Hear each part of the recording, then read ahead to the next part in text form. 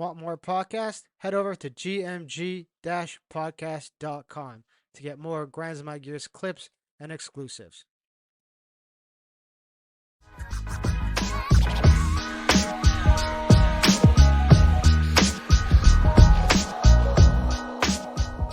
Let's do it. Here we go. Another episode of Grind My Gears, and we have the powerful Bruce Colero. How you doing, brother?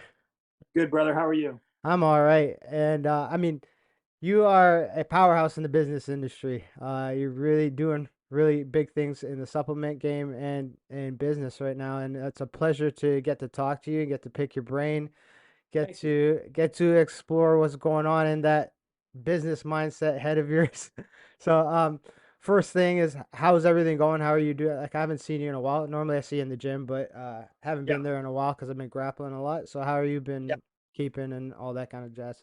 So, in terms of training, I tore my meniscus a couple of months ago, and so I'm back to training now. Yeah. I had to take some time off from fighting, but I still kept training. I did cardio that I was able to do. I swam. I lifted weights, and then I went back to yoga. Yeah. And I found that yoga helped a great deal in my recovery. And then yesterday, I just went for stem cells and PRP. So you're still living the dream even when you're injured. I Yeah. can't take time off. Yeah.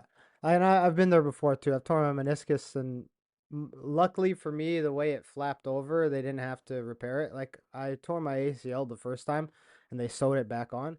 But Yeah, the second time I retore it, it just like it flapped in a way where it didn't bug me, right? It's only certain days I'll feel it lock up a little bit, and I just yeah, kind of like take a day off, and then it kind of just settles down. Is that the right. same for you? You didn't do the surgery, did you?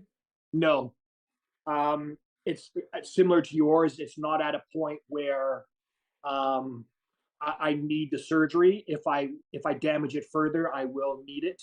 Yeah. Um, so I'm just gonna go until I fuck it up, and then I'll get the surgery. Right, that's exactly what I do. It's unfortunately it doesn't work out so well for me if I fucking have But surgery. the grappling doesn't bother your injury. No, not the meniscus. No. What I do find though is sometimes I'll get like a sliding event where I feel like my knee slide in the Yeah, meniscus a little bit. And what I've learned to do is because I'm continuing fighting is when that happens, it happens mostly when I'm hitting pads. And I didn't get a good warm up in. yeah, And when it slides, I actually just like fall on the floor and cave. And everyone's like looks and is like, "Yo, you okay?" And I'm like, "Yeah," because when I feel like when I resist the slide, yeah. that's when the damage is done. So I've learned to kind of because I'm a jujitsu guy, I've learned to flop on my ass my whole entire life. So Right. it's not a bad deal. Like, it's not a bad deal for me to just like give out, fall on the floor, and play guard if I need to, right? Sure. But one of the things that I love about you is like you run this successful company. You do all you have good people, but you run the successful company. And one of the big things that I preach with my business and my training business is practicing what you preach. How important is that for you to keep going uh, for the duration of how successful your business is and for the future to keep doing things like this, even though like you just said, most people would take months off and do nothing after a meniscus injury. I have clients that I've worked with who, they have a bursitis in their knee and they take a year off, right? So Yeah. Well, I think you need to live by example, right? I mean, you can't have what I find recently is that a lot of people will tell me that I inspire them or that I motivate them because of my age and my output or the way that I look, that it's an inspiration to them. So that's a very big responsibility for me, yeah, and I take that very serious when someone tells me things like that or they ask me for advice. So if someone is actually coming to you and honoring you, asking you for your advice on how to better their life, that's a fucking huge responsibility and a yeah, gift. So I find that I need to lead by example. I can't expect to inspire others and I'm sitting on my ass, or I yeah, can't. So you need to walk. You need to walk the talk. yeah. And now I want to dive into entrepreneurship and business because that's like really what well, it's not what you're known for. You're known for martial arts and a lot of other stuff, but you've embraced this business life rather amazingly, and you've done really well at it. So Thank you. first thing I wanted to kind of pick your brain at is what is like meaning what does an entrepreneur mean to you? Like like we have all these different meanings of this and people throw around like everyone hashtags I'm an entrepreneur, Yeah, yeah, hashtag yeah. this, right? I'm And a they fucking influencer or I'm a model. Like, fuck like off. yeah, exactly. So what does it mean to you in terms of the scope of the things that you've done and where you're going with business? Well, I think an entrepreneur is anybody that pursues a passion for them, that goes against the societal norm and does what feels good for them. Like, I'm incredibly blessed that I've been able to make a living doing something that I love. You know, Yeah. the photography, working for Playboy and all that, and doing the comic book covers. That to me is just hobbies, but I truly love doing it. Right. So if Yeah. you can do what you are passionate about, or if you can do what you're good at, and then just keep going forward to that goal, whatever it is that that goal is for you, then you will ultimately have success. And that's not to say that you're not going to get knocked off, Yeah. distracted, set back. I mean, I've had horrendous fucking mistakes. Yeah, I listened to some of the other podcasts you've done, and I've heard about that. And I mean, we don't need to go. If someone wants to know about them, they can go listen to those ones. But there's always that. Everyone always thinks it's like you start a business and everything goes up, right? No. Where it's almost like the old graph that goes around social media or life of a fighter, where oh you win a fight and then you get Yeah, hurt. yeah, yeah, yeah. I view entrepreneurship as the same thing because It's the same thing. And when there's you're blessed to be on a growth spurt like I am currently, um, you at least know that a if you get knocked down, you'll get back up. yeah. I mean, as we spoke in my prior podcast, I've been knocked down really fucking bad. Yeah. But if you know that you've gotten back, it's just like if you know if I punch you, my hardest fucking punch, and I knock you down, and you're like, and you get up, and you're like, okay, bitch, that was nothing. You know that you can handle it again. So Yeah. now you have more confidence. So if you know that you can get knocked down and get back up, it's a plus. And if you know that there are going to be knockdowns moving forward, then you're not devastated when they happen. Yeah. And you could fully fucking expect that there's going to be setbacks, The either your own mistakes, other people's mistakes, extraneous X factors that you just couldn't have calculated. All that shit happens. and one of the things I think we're gonna see a lot of businesses fail in the next couple months and years, but Uh, one of the things that we're also gonna see is a lot of really good businesses because some of the people around me, like the same people around you who have survived and we know them really well, um, they embrace this challenge of the pandemic because in certain industries, there wasn't much you can do, right? right? Yep. Sadly. And there wasn't much you could like. You could have, a couple privates behind closed doors, but you couldn't. At the end of the day, there wasn't much certain industries could do. Like my wife's in the hair industry. There wasn't much she could do other than 100%. My go. girlfriend's in the hair industry. And so there was, and what that has, I think we'll see in the future is really strong entrepreneurship coming out of that because the ones that did survive and will survive, and I'm not saying that the ones that didn't survive did anything wrong. I know some of them where it is what it is. It's shit luck and money ran out, and that is what it is. But the other end of that spectrum is you're going to see a lot of really great businesses come out of this, who were able to pivot and were able to, find other ways to give their product and their services, despite the fact. You had to, and I agree 100% with you. It was very unfortunate. First of all, I think this whole pandemic thing was bullshit. Yeah, That's another conversation. When this would be an example of an X factor that no one could have seen coming. yeah, You know, I know businesses, generational businesses that had to go under because of yeah. this bullshit. But if you had the opportunity to do something else, what else could you do? You had to take it. Yeah. And one of the things I wanted to pick your brain about is when you have young entrepreneurs. So one of the things I also think is going to come out of this whole shitty, dumbass government fuck up of a situation that we've had Yep.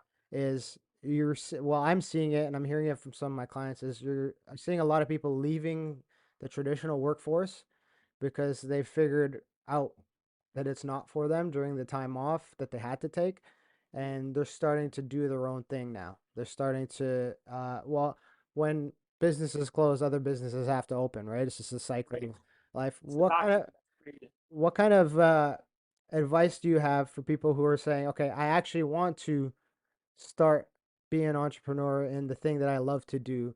Like, because a lot of the time people don't know where to get started. They think they need a whole bunch of capital to get going. They think they need a whole bunch of things. And obviously, you've done it from the ground up. What kind of advice? I had just gotten divorced. I had fuck all. Yeah, There's this common misconception in the industry that I came from money or I had invested. I had fucking nothing.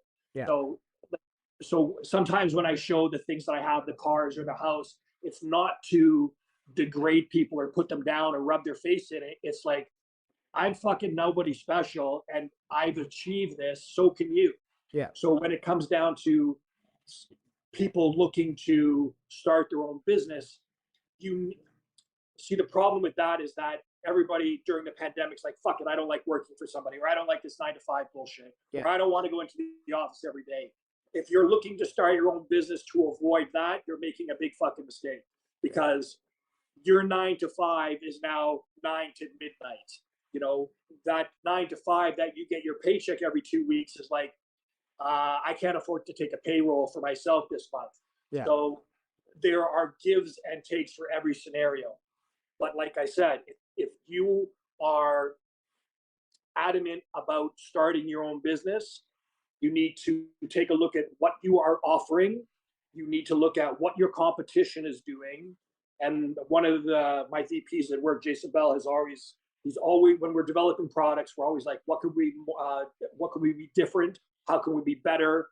And so take a look at whatever product you want to put out. yeah, Take a look at your competition, and how can you be better than they are? What can you do differently than they're doing? And it can't always be price, yeah. because then if you're only selling on price, there's always going to be someone who's going to do it for cheaper than you are, and then you're fucked. And then yeah, exactly. Well, like think about simple manufacturing. If it's a simple product, like you might be able to source it from Canada, for example, but Mm-hmm.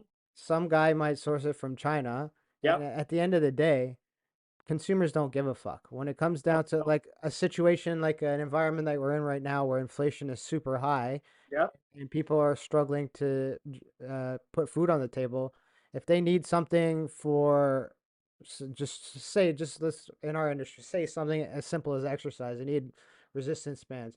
They're not gonna go to the fucking Canadian made store that's $10 more. Right. In times of turbulence, they're gonna get the cheapest fucking thing possible, right? 100%.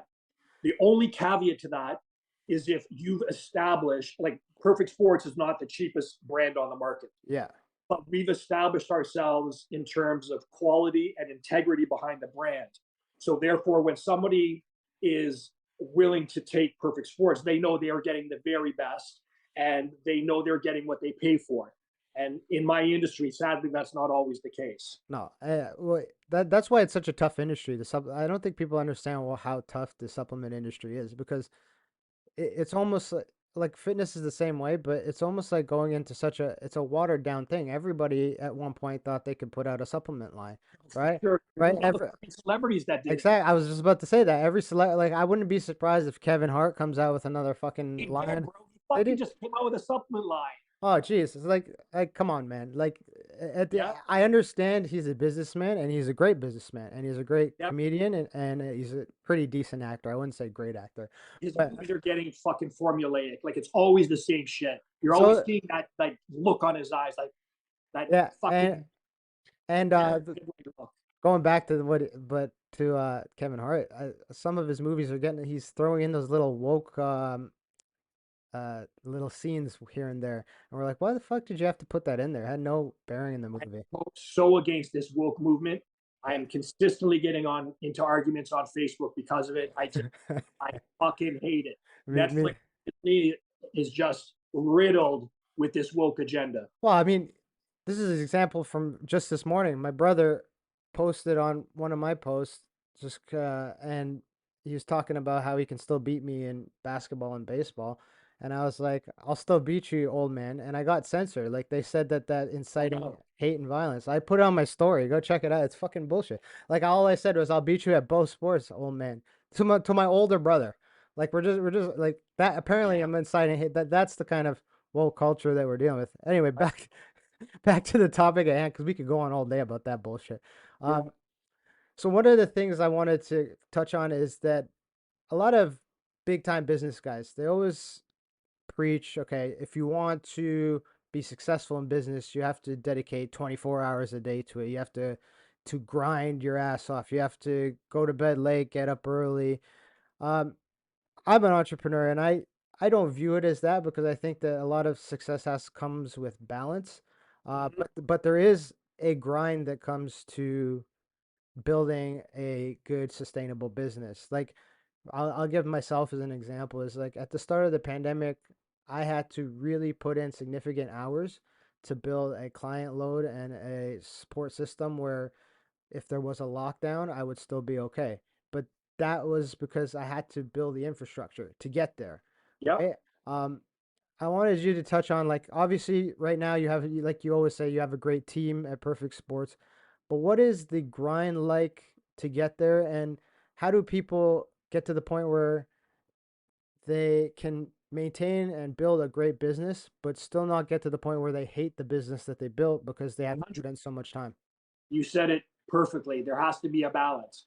But I'm not going to lie, you're going to have to do whatever it takes in order to get to these sort of mini thresholds that you need to go to the next level. Yeah. So it's not for the weak-hearted and it's not for the lazy. There's a certain comfort in knowing every 2 weeks you're going to get paid, Yeah. and when you have, and especially for people that have responsibilities. When I first started the supplement company, I had no responsibilities. Yeah. So if you have responsibilities, going out on your own and risking your livelihood is much harder when you have kids, a wife, partner, whatever it is. Yeah. But you need to do whatever it takes to get to where you want to go. And if that means hustling, that means hustling. But there, you can't burn yourself out because then you completely fucked yourself. Yeah. Right now, let's take someone who's a personal trainer. Yeah. That's Then they exactly want that's exactly what I'm doing, right? So that's yeah. exactly our business. So you are your sole source of income. If you get sick, you're not training anybody, you're not getting paid. Yeah. So um, sort of people of that ilk need to be very conscientious of balance of their own health. They can't kill themselves getting to the next level because there won't be a next level. Yeah. So And there is a certain amount of self-restraint required. well, I'm glad you used that example too, because that happened to me with the burnout. Right. Because I had to hustle and grind so much during the pandemic. I'm lucky that our business model is mostly in-home services and online services, so it didn't get affected by a lockdown so much. But I was getting to the point where I was putting in so many hours to because when something like that happens, when a pandemic, well, it will happen again, but when a pandemic happens, you have, and when I say that, I'm saying that as a complete conspiracy theorist right now. It will happen again. You're preaching to the choir. I 100% believe that come this winter, there's going to be some fuckery. Yeah. So the problem with what happened is it, as a small business owner, it creates a sense of anxiety every now and then when these changes happen. And my wife can testify to this is like I was going 2 years hard straight, 2 hard years. And in December of last year, I crashed. Like I took Mhm. 2 weeks off for the holidays and it just wasn't enough. And then lo and behold, we go into another lockdown. And then I had a complete, I wouldn't say breakdown, but I had to take a whole month and a half and step back. I did the bare minimum to keep things going, but it was like I had a little bit of a mental health crisis. And I'm man enough to admit, uh, First of all, fucking much respect for you to yeah. admit that. And Most people won't admit, especially men, when they're struggling. So good on yeah. you for that. And I had this mental health crisis, and what it ended up doing is it ended up fucking up my stomach. I couldn't digest food, Yep. couldn't keep things down, and I've always had a weaker stomach in terms of digestion, which thanks Mhm. shout out to Perfect Sports. Your guys' stuff helps out with my digestion a lot. Amazing. Um, Thank you. but it was getting to a degree where like I'm like this is abnormal. Like why is this happening? And it was because of stress, anxiety. Yeah, Yeah.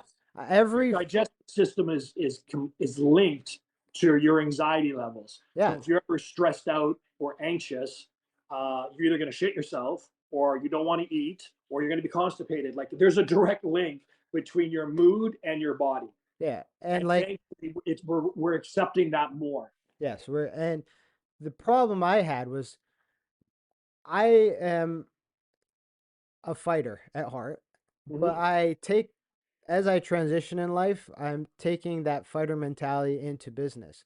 So Yeah. while I never had a financial issue or we were never financially set back from any of the lockdowns, I viewed it as a negative because it limited my growth opportunity, my opportunity to build on my brand, build different products, do the things that I wanted to do. So every time these cycles of things happen, I got that anxiety of like, fuck, here goes my plans for the next 6 months. I have to put them on the back burner, and that's what contributed to that in the increased stress, the increased anxiety, and which led me to that point. And one of the things I want to convey to people is like, as a business owner, that is your red flag that you need to slow the fuck down. You still do what you need to do to keep things going, but and my advice is like I'm never gonna get there again. I've learned my lesson. Uh, whenever I feel like that, whenever I feel like I'm getting a little too much, I take 2 3 days off, right? And I get my exercise in. I maybe go get a massage, and I Yep.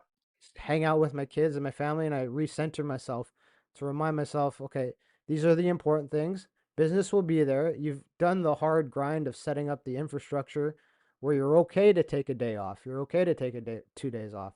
But I'm still in that mindset where when I take a day off, I feel so fucking guilty. Yeah, I know. I know. That's your mind fuck. So two things I want to discuss about what you just said. First of all, perspective. So I looked at things during the lockdown.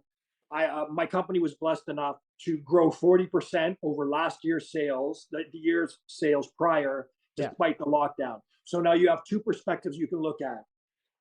You can be grateful for the growth that you did experience. You can be grateful for the fact that you still were able to survive, you were still be able to provide, and you didn't get fucking smashed by the lockdown. Or yeah, you could take the perspective of, well, I grew 40%, but I probably could have grown 80%. Fuck, this sucks. This is shit. I'm pissed off. Fuck my life. yeah, Which one is healthier? Be grateful for what you did have, or be riddled with anxiety and anger over what you could have had. yeah, Like and you survived a fucking lockdown. Many people didn't. And yeah, I'm not chastising you because no, I was here for a little bit. yeah, But you do need to appreciate what you have, and you learn. Now you just told me, if this happens again, I'm not going to go back to that red zone. I know when my body's revving a little too high, and I'm gonna chill the fuck out for a little bit and relax. That lesson that you learned is priceless. yeah. And how many late nights have you had to do? Because there's always that stigma around like, uh, really successful business owners. They're grinding late at night to get things done. Elon Musk sleeping on the floor of the thing, and in a sense, yes, I've done it. It has its place, but how important is it to you to like if you're meeting a deadline or you just have this Gotta do what's got to be done, dude. yeah Like we have some really really big fucking projects, and there's an affiliation that I'm going to announce hopefully in the next week or two. That is a really really big deal for my company, and we have new products coming out. We just landed a huge chain that we're going to be announcing shortly. You need to do what you got to do, but you also need to be conscious of the fact when you are burning out. Like yeah you can't afford to take a step back when you're meeting a deadline or you're hitting a goal. You need to promise yourself that when you hit that goal, you need to chill out a little bit. You're going to take a couple of days off. You're going to recenter. I meditate every morning. yeah It gets me centered. It gets me, it gets me going on the day in the proper way. But when you start to feel, and everybody knows those signs, anxiety and depression for the most part, is your body saying, "Hey, asshole, Slow things down. aren't right here. You know, I'm sending you a fucking signal. You're shitting yourself. You're anxious. What more do I need to tell you that you need to take a step back, reassess, and and go a little slower?" Yeah. And when we talk about perfect sports and entrepreneurship, there's always that pressure to innovate.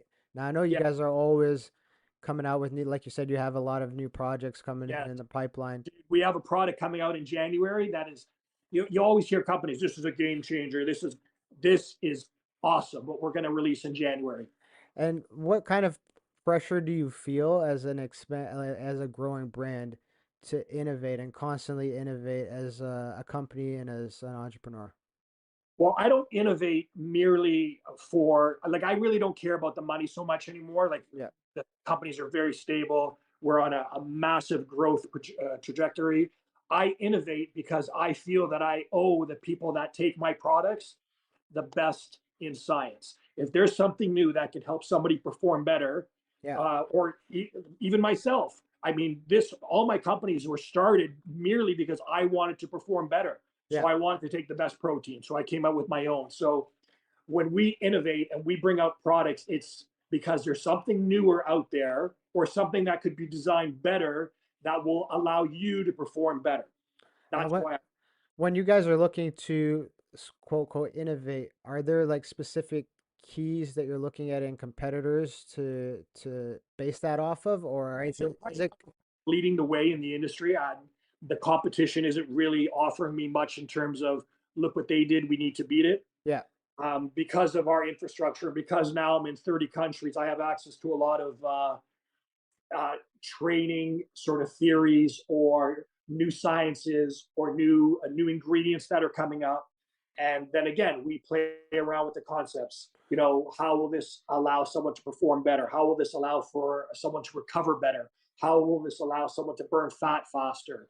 yeah? And if those ideologies are available to us, then I feel that we owe it to the people to give it to them. Now, what you just said, look what they did, we got to beat it. I feel like that's sometimes a dangerous mindset for certain businesses because it takes away from what the core of the entrepreneur and the business owner was focusing on at the start. Like every business and every entrepreneur has a an intention when they start, and most of it is a good intention most of the time. Um, you feel like when you get into that, like obviously we want to crush competition and do better than everybody, like 100. 100%. But you find like when you're so fixated on what other people are doing, you lose sight of what. 100 for sure. It's like a fight, brother. Yeah, You got to be aware of what that guy's doing and what he's capable of, but fuck him. yeah, You need to focus on your goals. You need to focus on your prize. I like to think of it, uh, and it's no secret. I don't like my competition, right? yeah, They could all go out of business tomorrow and I'll throw a fucking party. yeah, So I'm aware of what they're doing, but now I'm not. I have no. They're not threatening me at all. I don't think they're doing anything innovative. To me, they're all just me too's. yeah. So be aware of what your competition is doing. Don't fixate on it. Keep your mind on what you're doing, and just know that at the end of the day, you're going to beat them. Yeah, and in terms of execution and how you guys execute, because it's very easy. Like people when they want to start a business, they'll go and get help and get someone to draw up a business plan. But one of the things that people struggle with is how to actually execute those plans and how to Yep. execute those visions. How do you guys approach, when you take a new product, for example, and you have it on paper, you have the idea, you have the science there. Yep. How does the execution happen? We test it with a select group of people. So this new product that we're going to release in January has been actually being used by fighters and athletes for the last 2 years. Okay. We need to make sure that we had consistent results from these people, um, because this product actually does. Um, it operates on a number of different levels, but we needed to make sure that the results were consistent. Yeah. So at the end of the day, we test our products on people. If it's new flavors, for example, for diesel, we'll test it in house. We'll give it to a bunch of people to see what they think, and then we bring it out. Okay, so basically the execution part comes from you guys just developing the product, putting Mhm. it putting it out there in the hands of a specific set group of people and Yep. getting the feedback, tweaking it based on the feedback, and then once you perfected that, like you like perfect sports, once you perfect it, you put it out there for the general public. 100. But And again, you have to bring out a product, and this translate into any industry. yeah, You have to bring out something that is in demand, or you have to educate the public as to why they need this product and or why your product is better, and that can be expensive. yeah, So that's why sometimes a lot of companies will wait and allow someone to bring out a product and then just knock it off, because they don't have to yeah, educate the public as to why, this product is, you need this product, dude, like this, you need this. yeah. And then this other company comes out and like, okay, well, ours is just like that, it's $5 cheaper. But what people don't understand is that this company, the first to market, generally takes about 70% of the marketplace. Yeah. And Perfect Sports is growing, like you said, it's growing at a such huge trajectory right now. Yeah, One 60%. 60%, like that's huge for people who don't understand for people who don't understand investing. A fucking 10% return is good. Yeah, 60% growth is massive. yes, it is. But what But happens? it's not without its stressors, though, Yeah, yeah, right? My CFO is like, Jesus Christ, we are fucking growing so fast. I just had to get another 50,000 square foot warehouse yeah, because we just can't accommodate. Like right now, I have a 50,000 square foot warehouse, and we have other places that ship on our behalf to like yeah, Loblaws or Walmarts or Shoppers. But then I needed another warehouse in order to compensate for our growth and growth. for our international growth. And that's what I wanted to touch on is when you're growing at such an insane rate, how do you ensure that the quality of the company and the product maintains the same? Because like let's look at a big example. Look at Amazon, right? Yep. During the pandemic, they grew tremendously. And like I'm not knocking on Amazon, they're not going anywhere. It's a really Oh, well-run company. yeah. I'm publicly say I own some fucking shares. It's a really well-run company, but they were growing so much in that start of the pandemic because obviously with all the bullshit, they took the market share. Yep. And then what's happening now is you're seeing that they put in all these warehouses, they hired all these workers, and they're realizing that growth rate isn't permanent. So now they have to lay off people. Yep. Now they have to they just announced the web services. So if you're a vendor that sells through Amazon, We do. expenses go a little bit higher because they're going to be increasing those prices of the cut they take to make up for their losses. How do we ensure like the quality stays the same? Because like when we look into Amazon, that's what they're doing right now. They're still providing a quality service, but they're fucking the people who help them get there. Eh, Yeah. You know, I have a saying that I say at my office: don't fuck the people that brought you to the dance. yeah, Okay. So for me, I would feel more morally horrible is if I started to downgrade the quality of my products. okay, I just think it's a shitty thing to do to people who are putting their money, especially their fucking hard-earned money nowadays, yeah, on my products, and because they want to excel at whatever their profession is, their sport, or just general well-being. yeah. I morally can't do that. I can't fuck people like that. Well, that just comes back to your martial arts background of integrity, right? Yeah, It's as simple as that. Like, I mean, I told my professor like when I was a white belt that I'm gonna get my black belt from you, and 13 years later I got it, right? And it was just an integrity part of, and like you can go and do business with other people, but you have to remember who brought you to that passion, who brought you to that level, and yep, and it's very easy. And I see it happens in the MMA world a lot, where you have certain guys, and there is a ceiling that certain coaches can bring you to, sure. and then you have to go find some other. But then they just throw them away. They throw what got them there, and then when things get tough again, they always come crawling back, right? Yeah, And yeah, it's similar in business too, where if you throw some of the people who got you to the dance there and then things get tough, you might need them again, and then you fucked yourself because you don't have them available to you. yeah. In my industry, my competitors during the pandemic, one of my competitors went to their staff and dropped their pay by 50%. There you go. And I didn't do that. So I basically went to my CFO and I said, if we're going to have to start cutting down salaries, I will stop taking a paycheck to make sure that everybody gets their paycheck. Yeah. And at the end of the pandemic, first of all, the guy didn't need to do that because he didn't really suffer through the pandemic. Yeah. But at the end of that pandemic, he went to all those employees and said, okay, well, do you want that 50% back on your paycheck? What do you do for me to deserve that? So I have people that have been with me for 10, 15 years.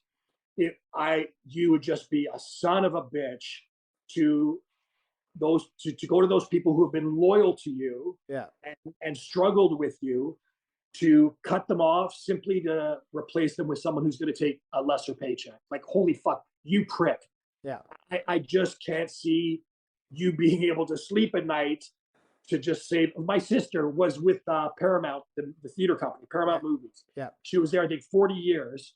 And she's just turned 59, and they fucking fired her just so they could replace her with somebody cheaper. Yeah. The same thing. I mean, my dad's old now, but the same thing happened to him at the bank, where he was working for the bank, and 1 year before his pension, to get his full pension, they laid him off and brought in somebody younger, so they didn't have to pay out that pension. It's Honestly, yeah, and like, I it's understand why people go postal for shit like that. Like, how can you do that? I honestly, it blows my mind that people could be so fucking cold. well, and we're not talking about small companies here. We're talking about banks. I know, They're fucking printing money like nothing right now, and I know. they're doing that to people. So I mean, that's comes to show like that nine to like I don't have anything against somebody who works 9 to 5 for a big company, but one of the things I want people to take away from the last 3 years is those companies don't give a fuck about you. You're just they're Mostly they don't. most of them, right? I don't want to put a generic statement out there. Most of them don't give a shit. If you were to disappear tomorrow, they will replace you, and you would just be another tick on the stat sheet. So that's why it's Yeah, been important to pursue your passions, because when the ride's over, you want to make sure that you've left a lasting impression somewhere, and it better be with your own shit than with someone else's shit. You know what I mean? right. Hopefully, that I think if you devote yourself to the company you work for and you show loyalty, um, that they reward you for that. If Yeah, you could speak to any of my employees, and I don't even call them my employees, like, I don't even like that term. Like, yeah, I work with the people at Perfect Sports. yeah. I'm no more important than anybody else in that company. And any one of those people will say that Perfect is an amazing place to work. Everybody's treated exceedingly well. I pay the best out of anybody in my industry. That's fucking great to hear, Bruce. That's why I like you. That's why you guys are doing so well. But one of the things I wanted to touch on was the other part of business is in investing. Now, a lot of there's a lot of things to sort of invest in. But one of the things I wanted to ask you is, other than your business, is there any other things that you invest in personally, like stocks, real estate, anything, other Comic bit, books. comic book, uh, uh, any other things you invest in? And like I said, it's a really wide term. Like you said, comic books, they gain in value. What kind of Yeah, I'm things? a fucking nerd.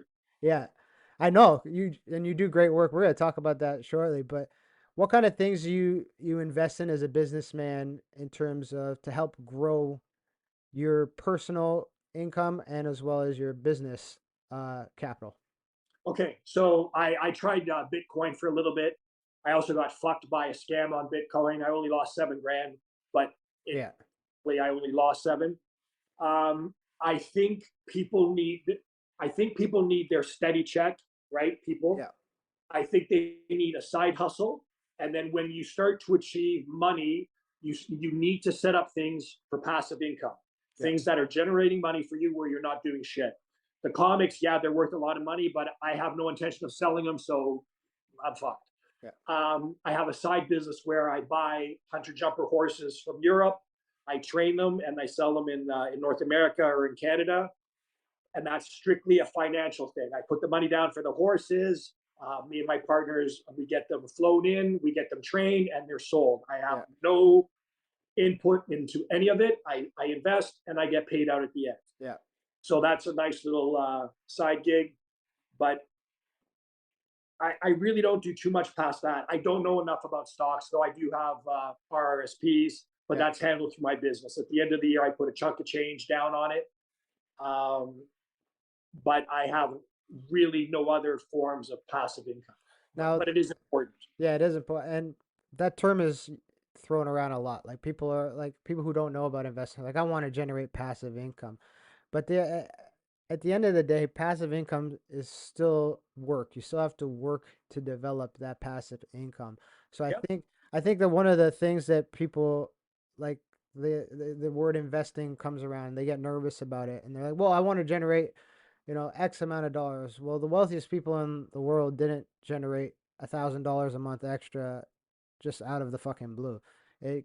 It comes with a price, and the price is doing your research and actually putting up the capital. Like we're Right. talking about the horse venture that you're doing.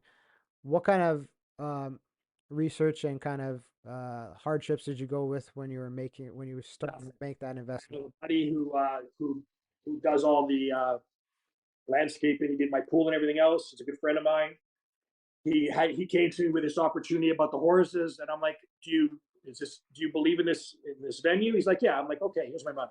So that's merely I trust him, Elliot, and it was nothing more than that. But you're right. People can't blindly invest in something under the assumption that they're going to make money from it. And then you have to equate, okay, I got to research this new side venture. Is it going to be, everything comes down to your time invested. What is your ROI on it? Yeah, I got to study this new side venture. It's going to take me X amount of hours to generate a possible X amount of money. Or I can continue with my hustle, focus on that. You need to put your time where it's best served. yeah, Only when your side hustle becomes your main hustle and you can take a step back from it, then you could start looking at other passive forms of income. yeah. But it's, you got to be fucking smart. People, you got to strategize and be smart with your time and your money. Otherwise, you lose it all. And that was one of the things I learned very quickly was that like for example, when you put your money in a bank, it's not actually fucking there, right? It I know. like there's this like people who work 9 to 5, and like I'm not knocking on it, but then you get your paycheck, and most of the time now it's directly deposited, right? Yeah. So you've worked all these hours, and then the money goes into your account, and then I've asked a couple of the young guys that I train with, have you ever seen your money?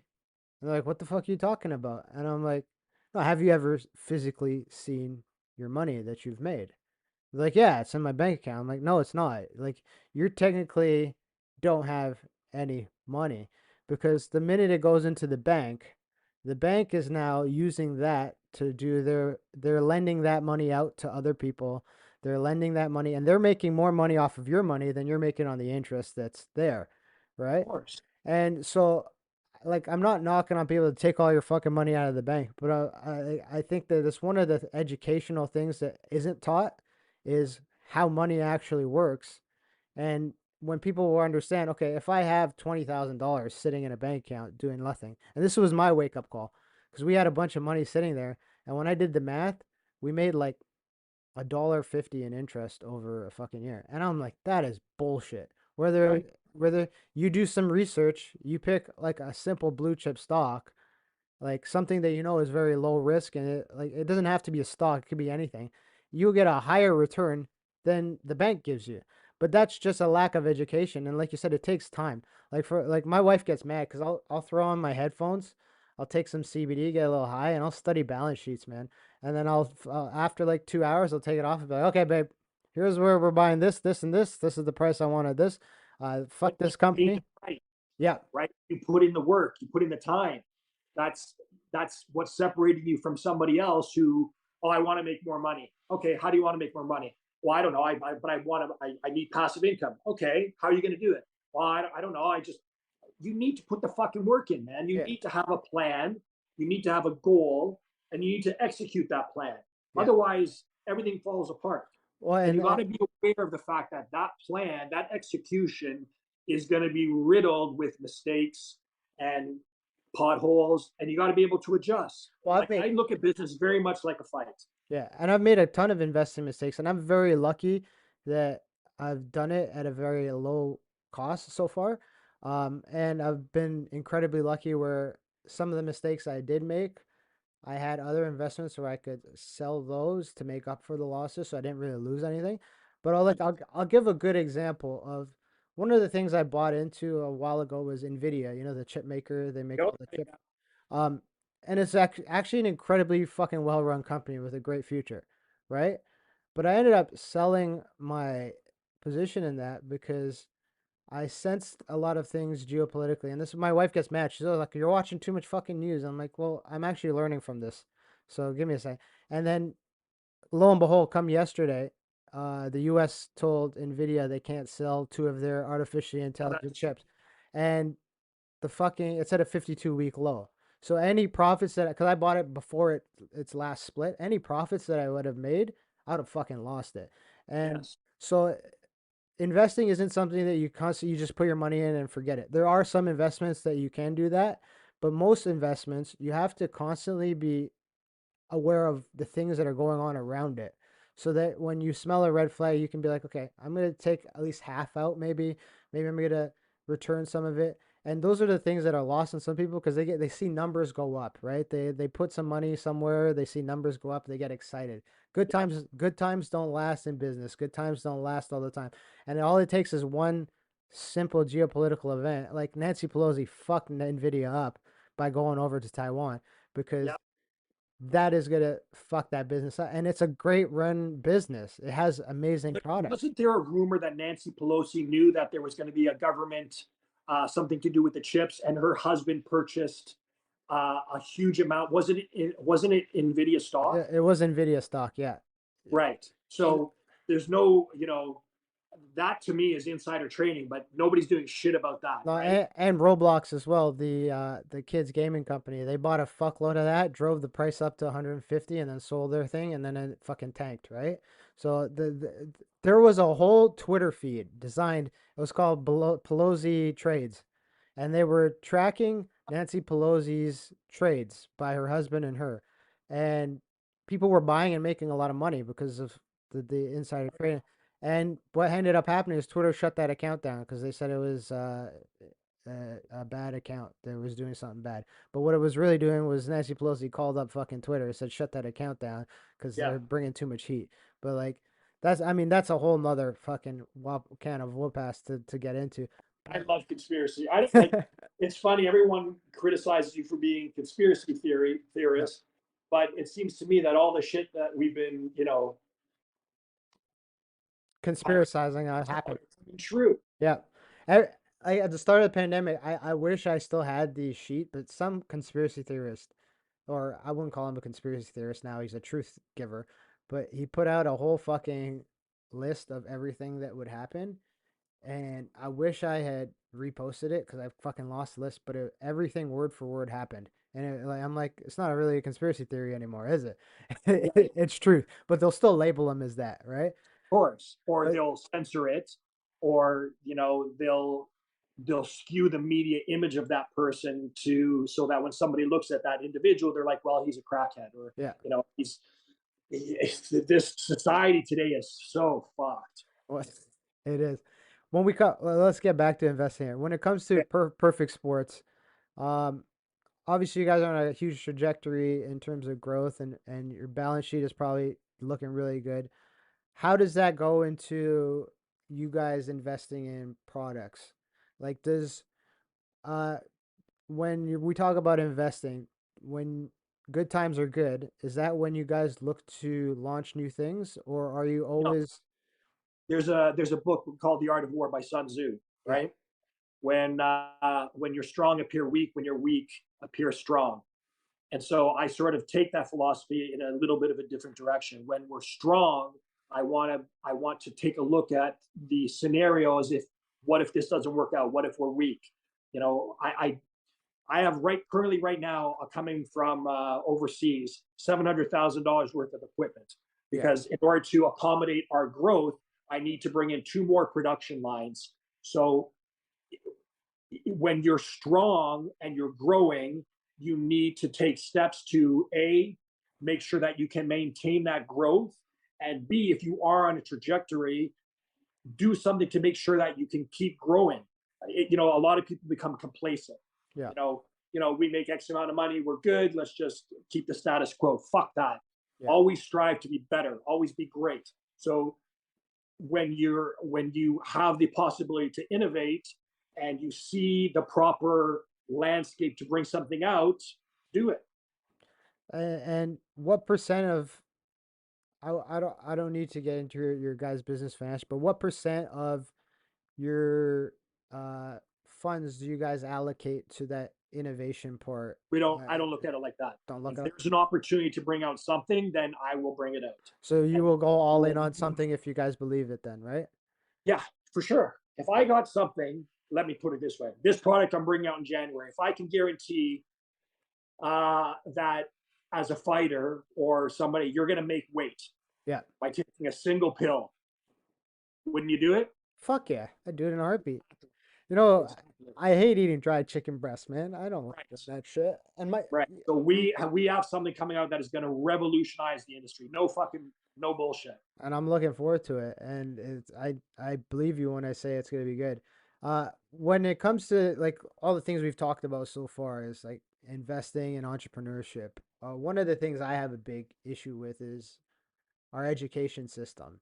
Oh And God, what and a system. and my biggest like there's a lot of problems with it, but my biggest problem is that it teaches kids to be stuck in this cycle of you go to school to get a good job Yeah, learn the to Pythagorean theorem because to you'll work use that fucking day. yeah and to work 50 years for some guy to get your pension and retire comfortably, and that's what life is like, right? You're a Now cog in a machine. a cog They in a don't want machine. free thinkers. They don't want people that are radicals. They want people that are just maintain the status quo because those people are easy to control. You don't want people that are thinking, hey, that's fucked. Why are you, you know, why are you telling me to do this to my body? It's my freedom of choice and you're enforcing something on me. Yeah. But you have all these motherfuckers that were so compliant. Yes, yes, give me the shots, give me the fucking boosters. Stay home, 6 feet away, wear a mask. Yeah. Fuck you. Yeah. It's all fucking bullshit. Even to this day, I see someone wearing a mask. I'm thinking, you fucking sheep. It Yeah. infuriates me when I see that shit. Just across here, I saw someone wearing a mask on their own balcony. It was hilarious. I'm like, what the?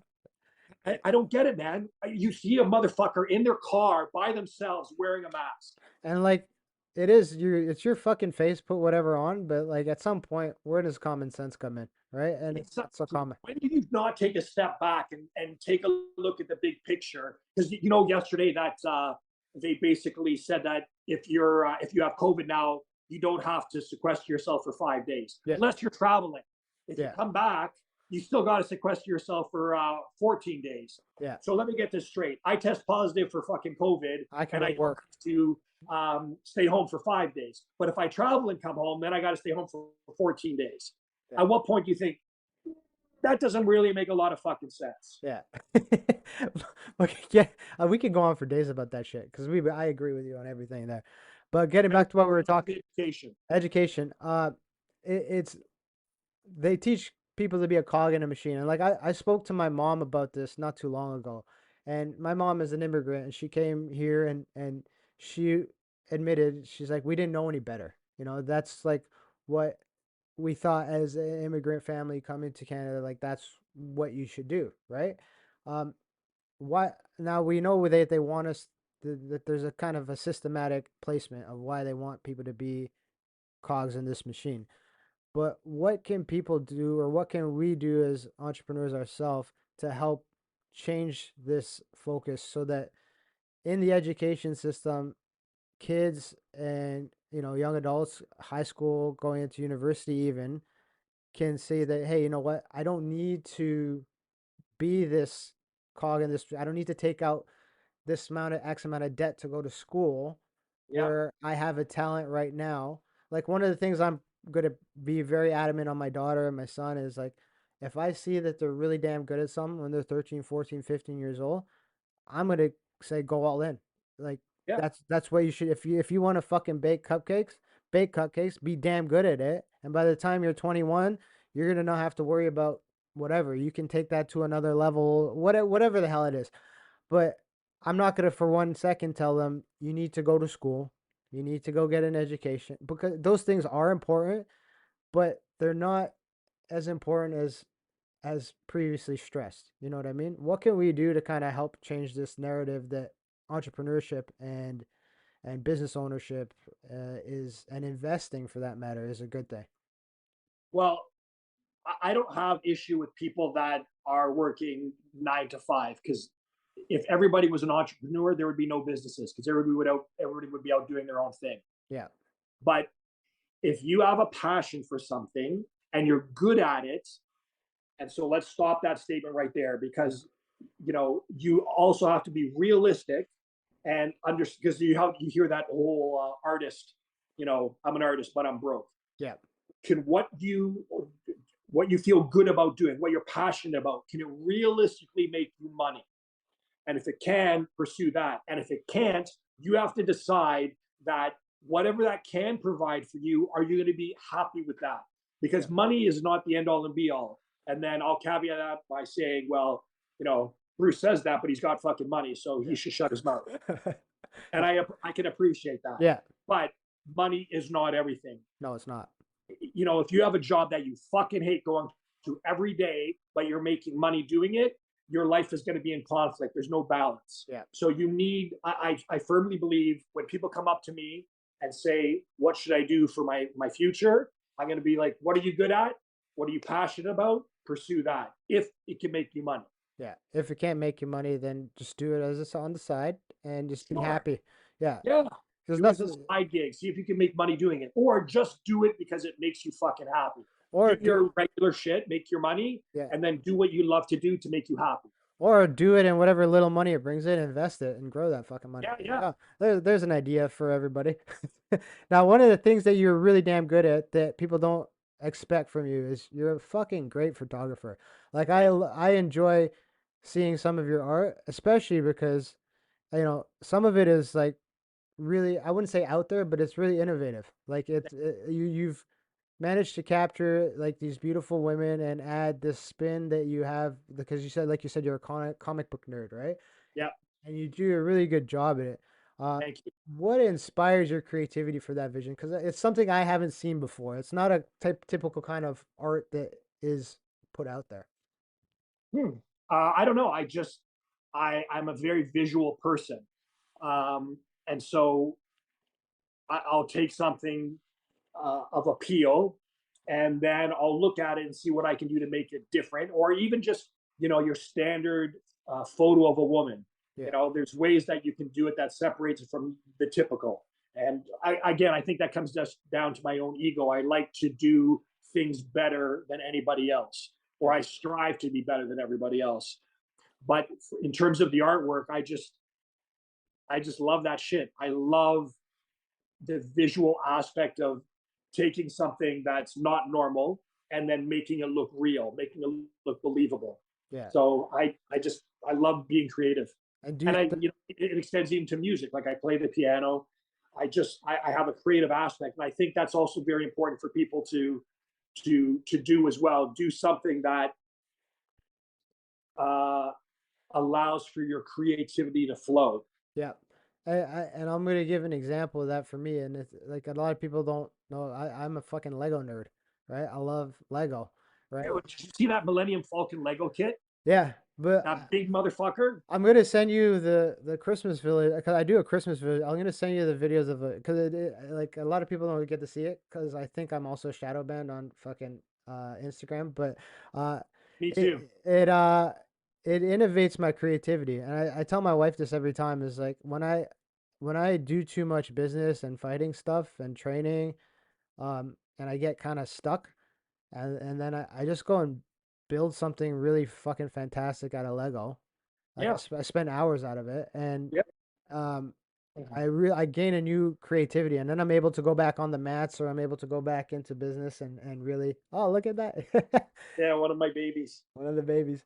I'm Yeah. able to it channels that creativity and brings it back and hones me back in. So, do you study other artists to kind of get your inspiration, or is it kind of just on your I like looking at other artists because I can appreciate what it is that they do. Right. Yeah, Um, in terms of studying them, if you're studying something to emulate their style, that I don't do because I have my own style. Yeah. But because I like visual things, I will definitely take a look at other artists or comic book covers and just appreciate it. Just love what you're seeing, man. Yeah. It's, you know, as for you, you know, someone's gonna say that this guy's a fucking fighter and he builds Lego. Yeah. Cool, man.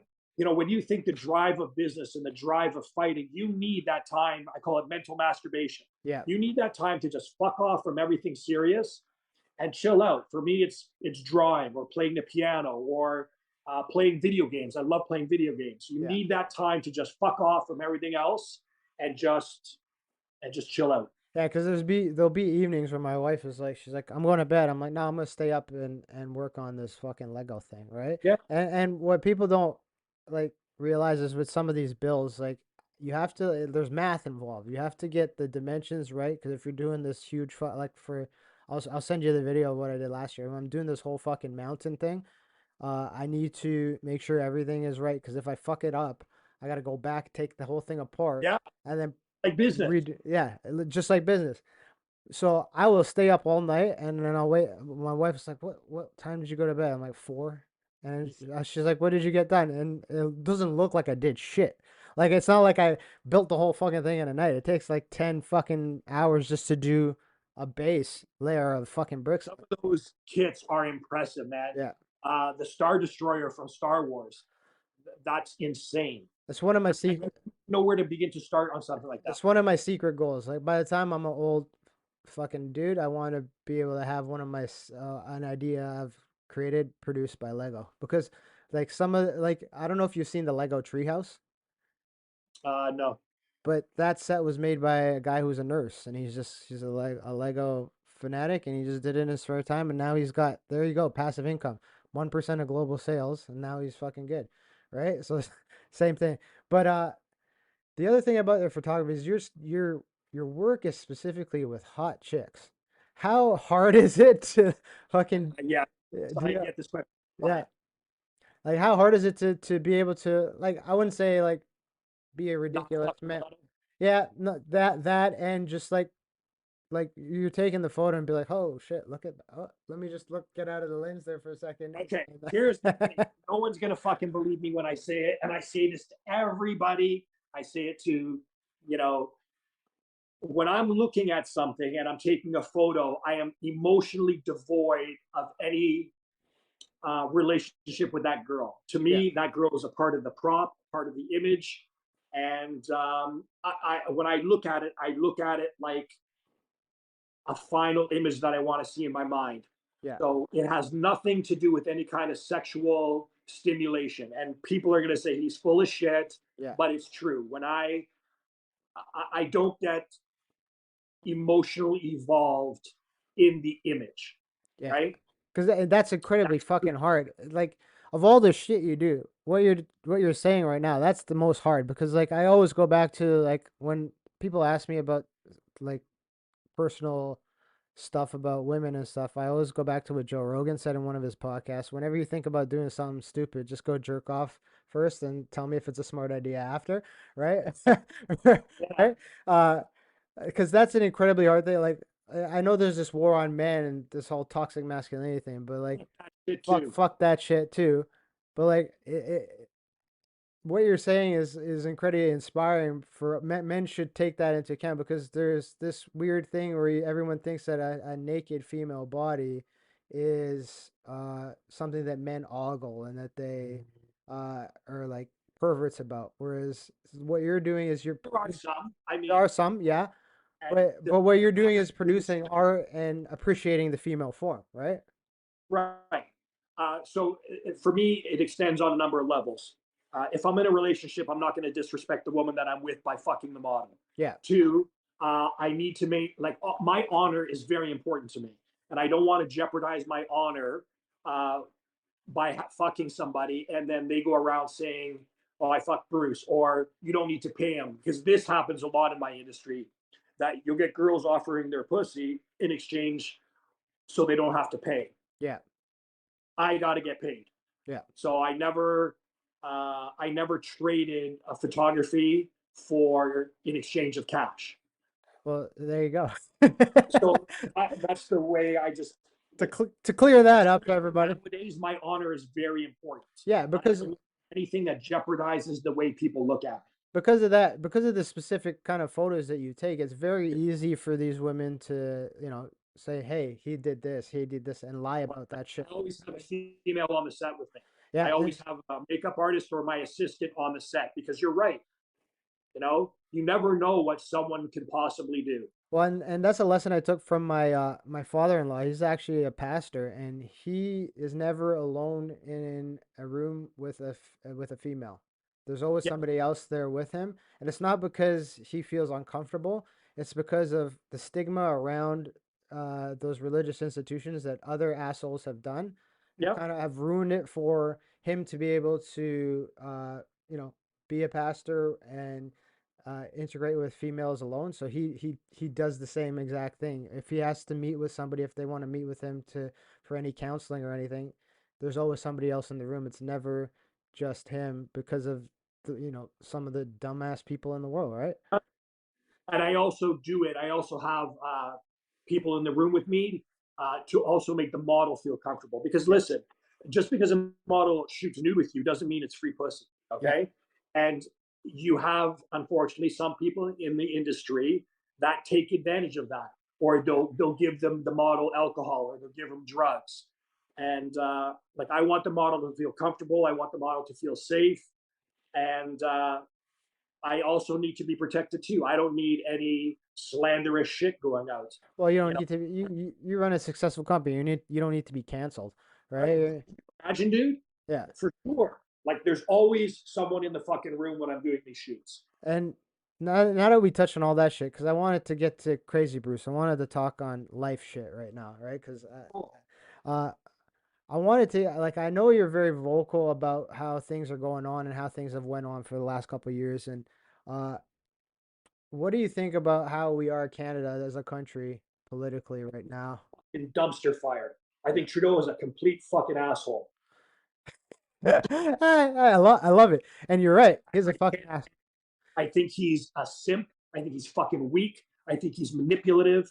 I completely hate the way things are happening in Canada. People are taking advantage of.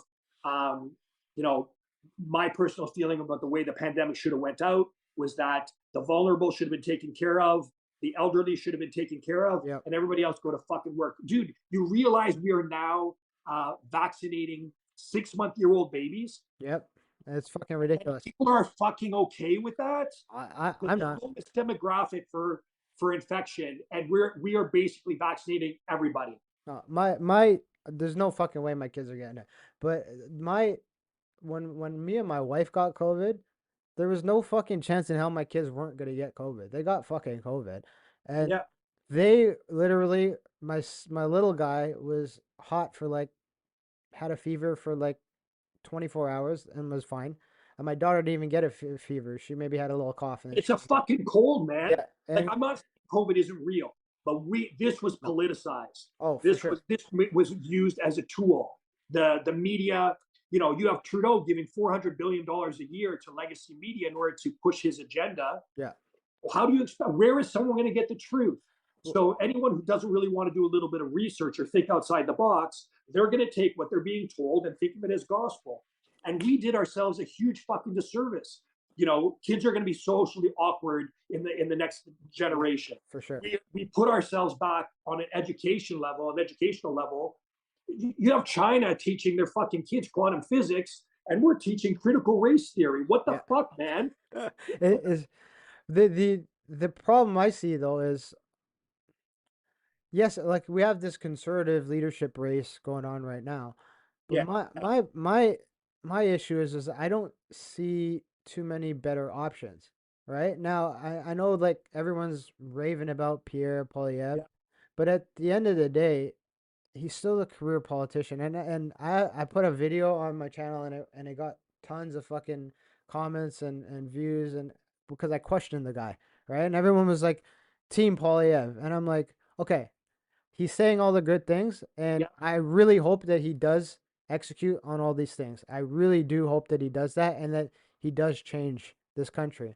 But based on the last seven, however the fuck Trudeau's been in power, and look at the United States as well, because they're a good example. Show. Based on the lies and manipulations that you were told by one set of government, what makes you think that the Lord Savior is coming in now and is going to change that and be You're right. that much There's no different? promise. There's no fucking promise, right? You're going to have to go on faith that Pierre is going to come back, come in. I believe that what the election for him is The this 10th. month, isn't it? Yeah, yeah, September 10th. So next week, Yeah. I believe. So I presume that he's going to be elected conservative leadership.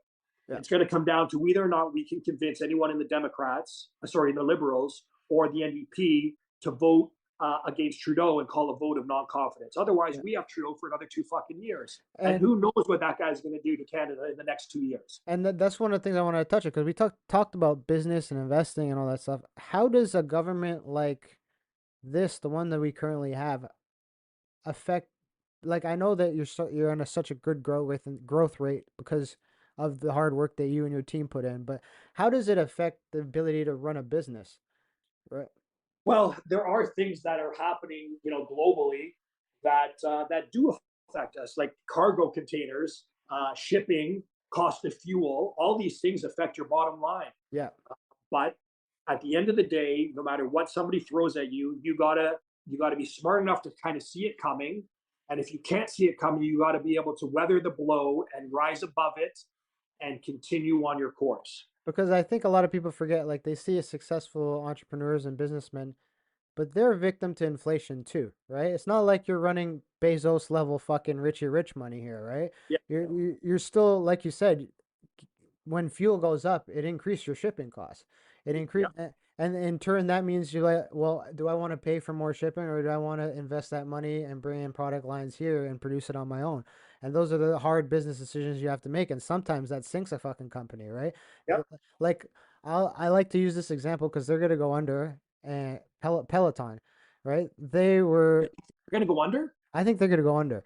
And I'll give you a reason why. Because I've studied their company, because I was interested in making an investment. I don't believe in their product. I'm happy that they put something out there that people are exercising and doing better. Yeah, But they were incredibly profitable in the first year of the pandemic. yeah, Hence, people were locked down. They needed a new option. It provided a pseudo sense of community. Uh, it, they had this fucking bike, and then they went and they made a huge investment and bought a bunch of fucking factories because they wanted to put out the treadmill. Then yeah, their treadmill starts killing toddlers because it was terribly produced, yeah, and now they have to restructure the whole company, and they've got rid of the delivery services. They had their own fucking vans going around. Now they've third partied that out, and they're one of the companies that I think, like when we talked about growth and innovation, they took growth and they fucked it up. They tried to buy too much too fast. yeah. They didn't Sometimes that can happen.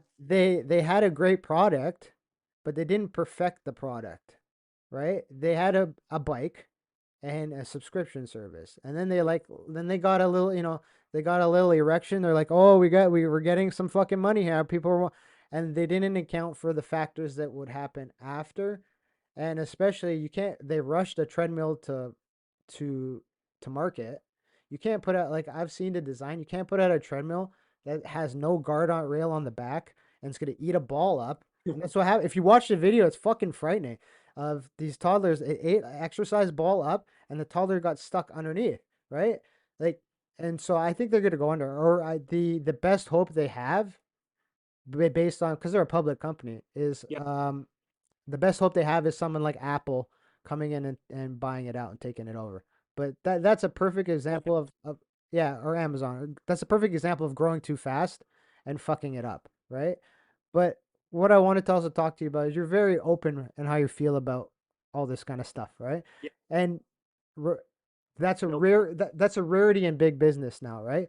Because this woke culture is penetrating every fucking company imaginable, right? Doesn't Yeah. matter who you are. How do you avoid getting that woke culture Because I think infiltrating your business? Yeah. right, treat people fucking right. All right. Don't capitulate to this bullshit. Why are we fucking bending down to 1% of the population that are just whining about shit? Yeah. Right? Be good to people. That's it.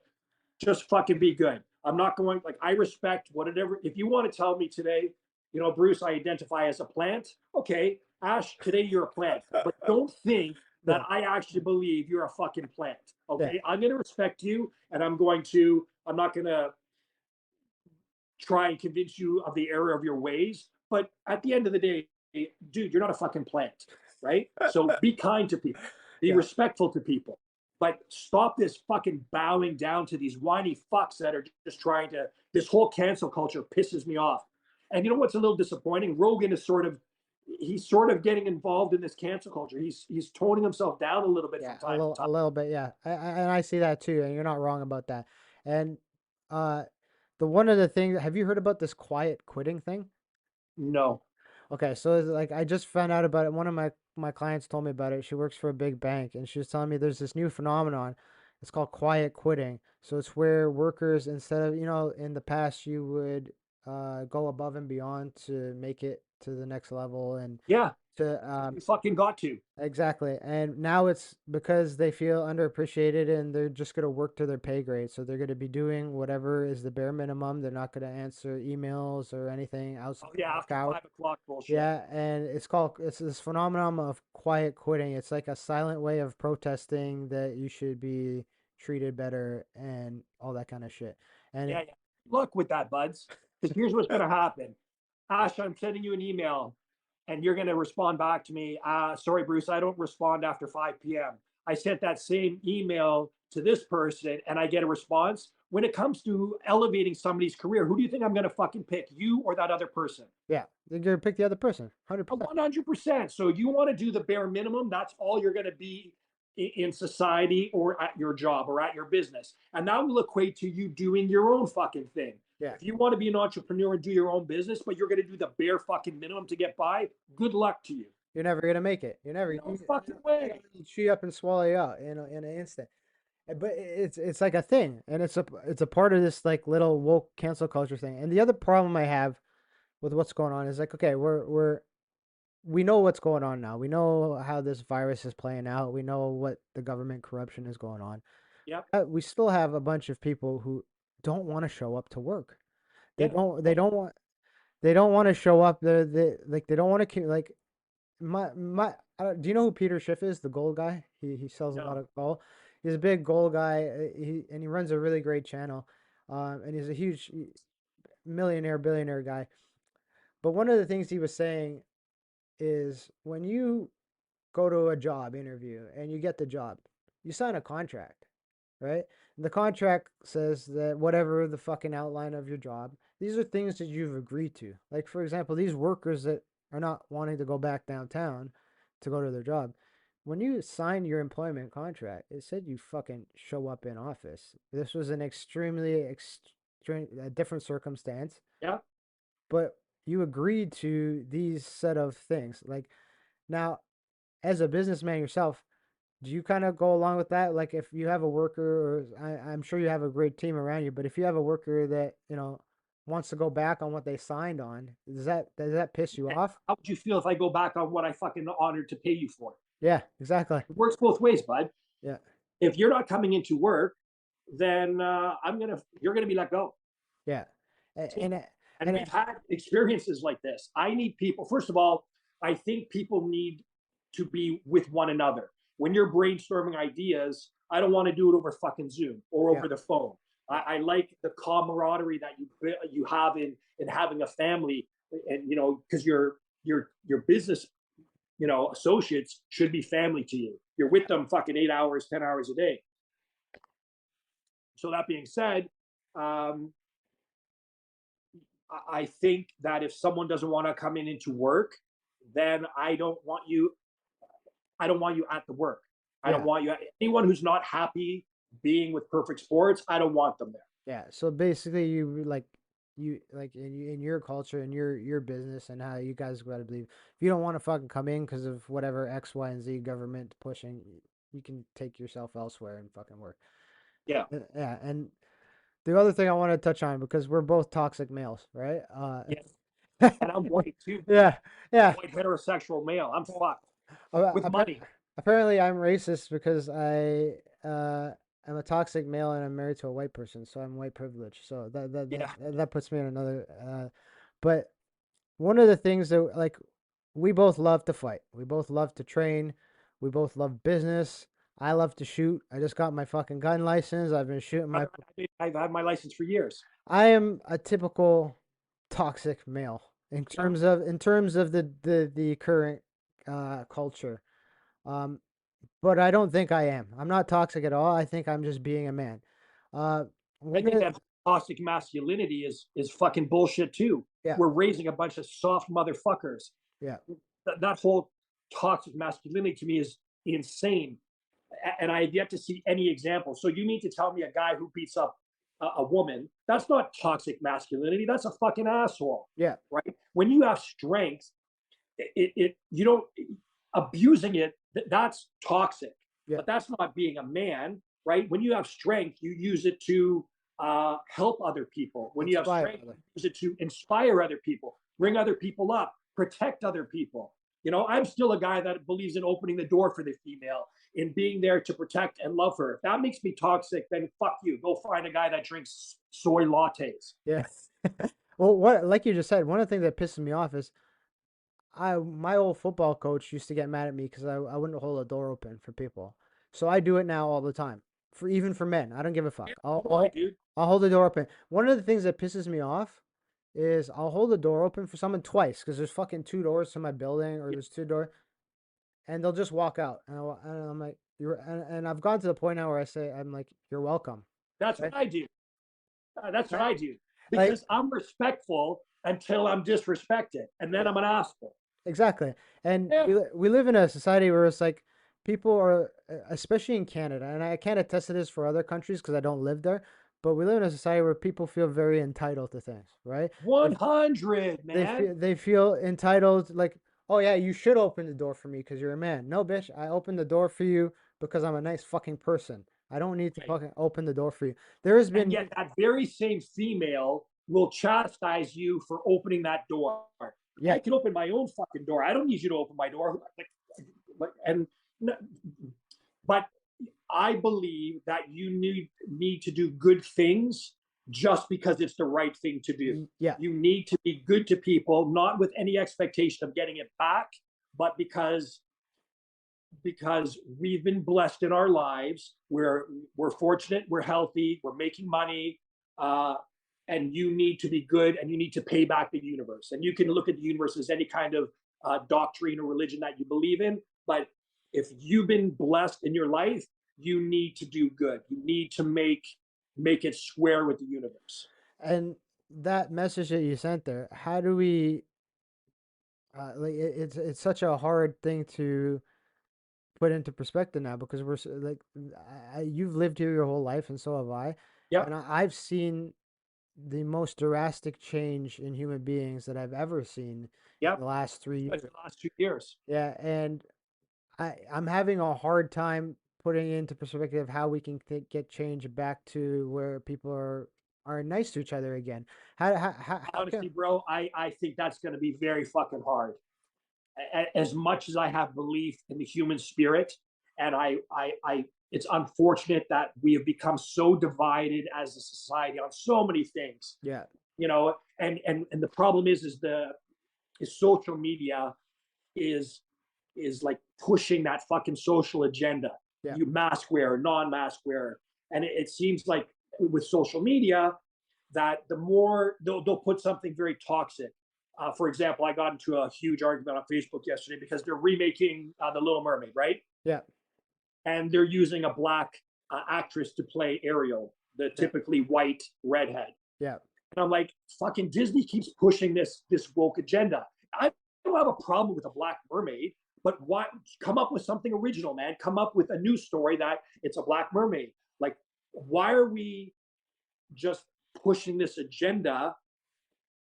And I think they do it to a certain degree just to create that conflict, to create that sort of animosity, to divide society, and to get more eyeballs on these posts. And Well, that's sad to me, man. You want me to fight you for your entertainment.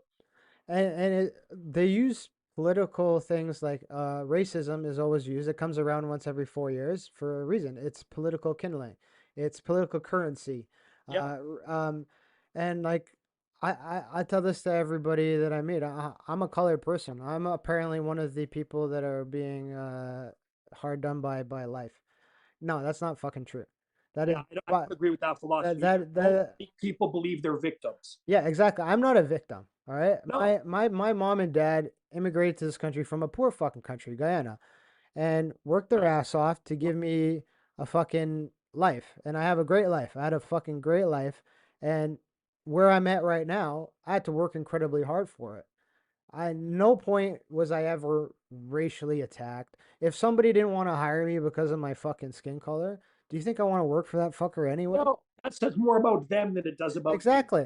Here's And we're here. building a generation of fucking victims. We are creating a generation of weak people. Yeah. Well, I can't do it because of this. I'm my gender, my sexual preference. It's not my fault. Oh, bullshit. You want something, you go out there and fucking get it, regardless of what it is that you may consider a cross to bear. Yeah. You can achieve whatever it is you fucking want in life, no matter what it is. If you want it, you got to pay the price to get it, and just never stop until you get it. So and fuck this victim philosophy. fuck the, and they'll say systemic racism, right? And I Yeah, don't think and there's no it's not systemic racism. It's systemic oppression. It goes back to our conversation where we had before. And when you're going in through school, when you're going through the education system, they're teaching you that you're a victim. They're teaching you how to not make money, how not to be independent, how not to be financially literate. Like right.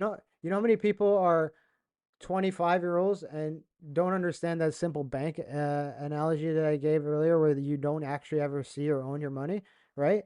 And so you're not systemically racist. It's just the system is designed to keep you in a certain place, and it's up to us as entrepreneurs, and we're having these conversations to fucking bring it out there. You're not systemically racist. Nobody gives a fuck if you're white, black, orange, yellow, fucking anything. Like you said, if you want to come and work with Bruce and you want to do great things at his company, pull up your fucking socks, get your ass to the office, and innovate and do the things you need to do to become a I don't fucking care about your race, your preference, your ideologies. Do your fucking job. Commit yourself to doing a great job, and you will grow with the company. yeah. I don't believe in victimhood. I think that's a very very dangerous road we're taking people down. And while we wrap this up right now, I wanted to kind of ask, what is as a Canadian entrepreneur, a very successful businessman, and given all the turmoil and stuff, what is your vision for this country in terms of where you want it to go and where you want like Perfect Sports to fit into that? Perfect Sports is going to be the number one global supplement company in the world. That's Yeah, like in my head, that's a done deal. So now I'm just going through the steps to get there. In terms of what I'd like to see for Canada, I'd like to see some people, I'd like to see us as a society come together. I'd like to see us less divided. This sounds very foo-foo-ish for me to say. yeah, Uh, we're going to get in a circle and fucking kumbaya and shit. But like, we got to stop being so divided, man. We need, hey, baby. Ah, it's my other one. there it is. Needed some attention. Yes. We need to start looking out for one another and stop, you know, hating each other. And it's a political tool, and I hate to see that. But at the end of the day, there's going to be all this bullshit that's going on around you. You got to focus on what it is that you want, and just go and get it. Fuck all the bullshit. All Yeah, right. It's gonna happen, and in a myriad of ways, it's always going to be there. So you can't get distracted by the mosquitoes. You got to yeah. focus on what it is you want, and just keep going until you get it or get what you want. There you go. Beautiful way to wrap this up. Let everybody know where they can find you, where they can find Perfect Sports, where they can reach out to you if they want to just fucking. I love talking to people on Facebook or Instagram. It's at Bruce Colero. Perfect Sports is available in stores all across Canada, and we're now in 30 countries. And perfectsports.com. There you But go. yeah, I love hearing from people, unless you're a fucking idiot, in which case I just won't answer you. All right. And I'm gonna say this too. Fucking everyone keeps telling me what a great job I'm doing. Show some fucking love. Subscribe to the fucking channel. Throw some likes. Don't be a dick. You every time I see somebody, they're always like, "Oh, you're doing a great job." Then fucking subscribe, you assholes. Nice. Show some fucking love.